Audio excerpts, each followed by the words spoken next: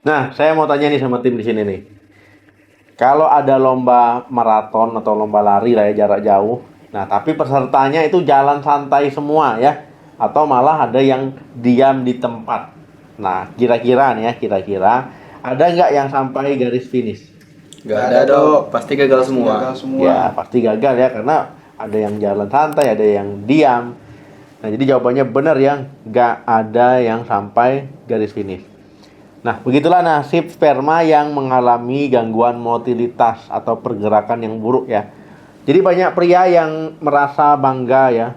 Wah, dok, sperma saya banyak nih ya, kental lagi. Nah, padahal faktanya jumlah banyak itu percuma kalau pasukannya mager alias malas gerak. Nah, kondisi ini sering jadi biang kerok kenapa pasangan suami istri ya bertahun-tahun menikah tapi belum dikasih momongan. Nah, apa sebenarnya ya actinidospermia itu? Apa gejalanya dan bagaimana cara mengobatinya? Jadi kita bahas sampai tuntas. Assalamualaikum warahmatullahi wabarakatuh. Halo teman sehat, jumpa lagi dengan saya Dr. Sadam Ismail ya. Dalam dunia medis, kesuburan pria itu bukan cuma soal bisa berdiri atau bisa keluar, tapi soal kualitas. Nah, hari ini kita akan membahas suatu kondisi ataupun masalah medis yang namanya actinidospermia.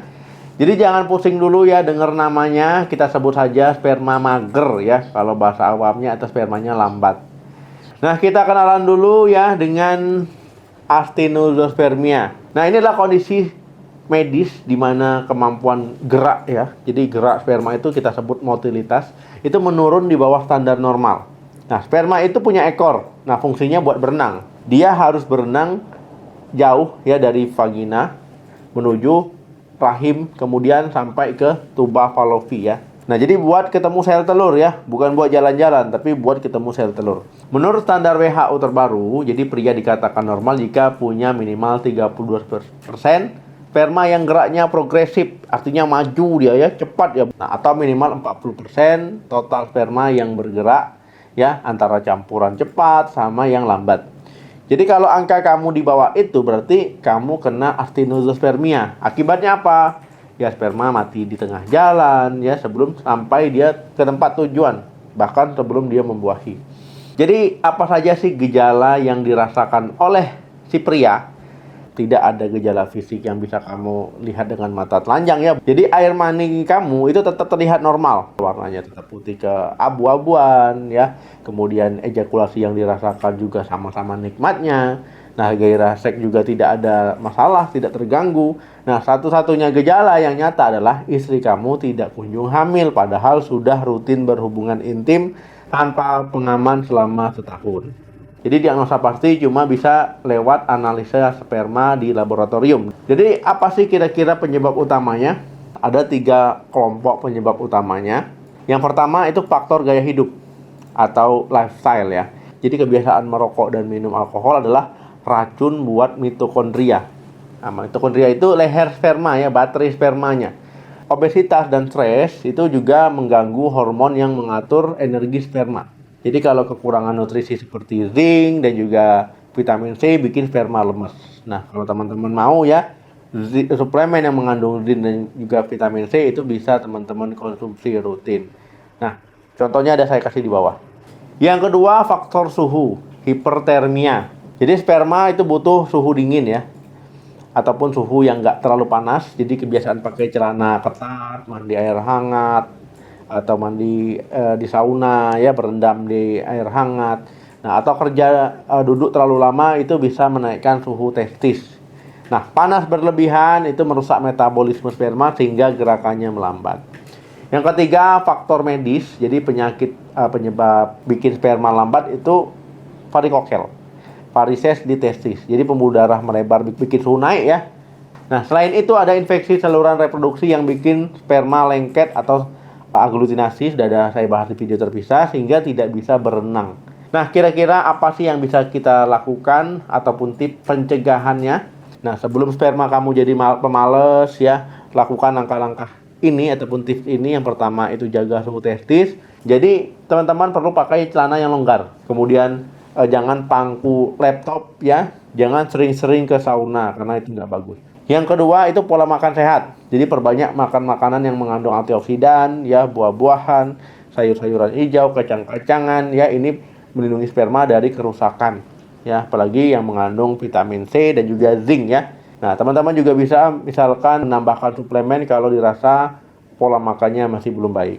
Yang ketiga, stop racun. Jadi berhenti merokok sekarang juga, ya. Rokok itu merusak tubuh secara perlahan, menyempitkan pembuluh darah, ya, mengganggu peredaran darah, mengganggu oksigenisasi ke pabrik sperma, ya, karena itu sangat merusak. Nah, kemudian gimana sih solusinya? Nah, teman-teman, ya, tenang, ya, ada solusinya, tapi tergantung tingkat keparahannya. Yang pertama tentu harus merubah gaya hidup, ya, itu adalah lini pertama, ya. Teman-teman wajib melakukan minimal 3 bulan baru terasa manfaatnya. Dan juga seumur hidup lakukan stop rokok total, turunkan berat badan kalau obesitas, dan juga rutin olahraga ringan, ya, jogging, renang, karena olahraga itu melancarkan darah di testis. Yang kedua, terapi suplemen, ya, dan juga obat jika diperlukan. Jadi dokter biasanya akan meresepkan kombinasi suplemen untuk mendongkrak energi sperma. Nah, yang paling terbukti efektif, ya, secara medis adalah L-kartinin, ya, coenzim Q10, zinc, selenium, dan juga vitamin C, ya. Nah, ini saya kasih contoh-contohnya. Dan ini bekerja langsung di mitokondria sperma supaya ekornya bisa mengayuh lebih kuat, ya, supaya berenangnya lebih cepat, nggak malas gerak. Kemudian yang ketiga, tindakan medis, ya, dan juga teknologi. Nah, ini jika penyebabnya varikokel, ya, derajat berat, itu operasi, ya, operasi supaya nanti varisesnya itu hilang. Nah, kalau nggak bisa juga setelah tindakan-tindakan tadi, tentu disarankan ataupun tergantung kondisi, ya, dokter biasanya akan menyarankan bayi tabung, ya. Jadi nanti diambil sperma yang sehat, ya, kemudian sel telur yang sehat, baru digabungkan ataupun disuntikkan sel sperma tadi ke sel telur supaya terjadi pembuahan. Jadi teman sehat, ya, actinodospermia adalah masalah kualitas, bukan masalah kejantanan. Ya, sperma yang malas bisa dilatih, ya, jadi lincah, asalkan kamu tahu penyebabnya dan tentu disiplin menjalani terapinya. Jangan lupa periksa ke dokter karena usia istri terus bertambah, ya. Semakin tua ataupun semakin bertambah itu juga meningkatkan resiko bagi si bayi dan juga si ibu. Nah, coba tuliskan di kolom komentar siapa di sini yang punya pengalaman memperbaiki kualitas sperma atau ada tip mungkin dari pengalaman pribadi, coba sharing di kolom komentar. Kemudian apa sih yang kalian konsumsi ataupun yang kalian lakukan juga boleh sharing, ya, untuk nanti bisa dilihat sama pejuang garis 2 lainnya.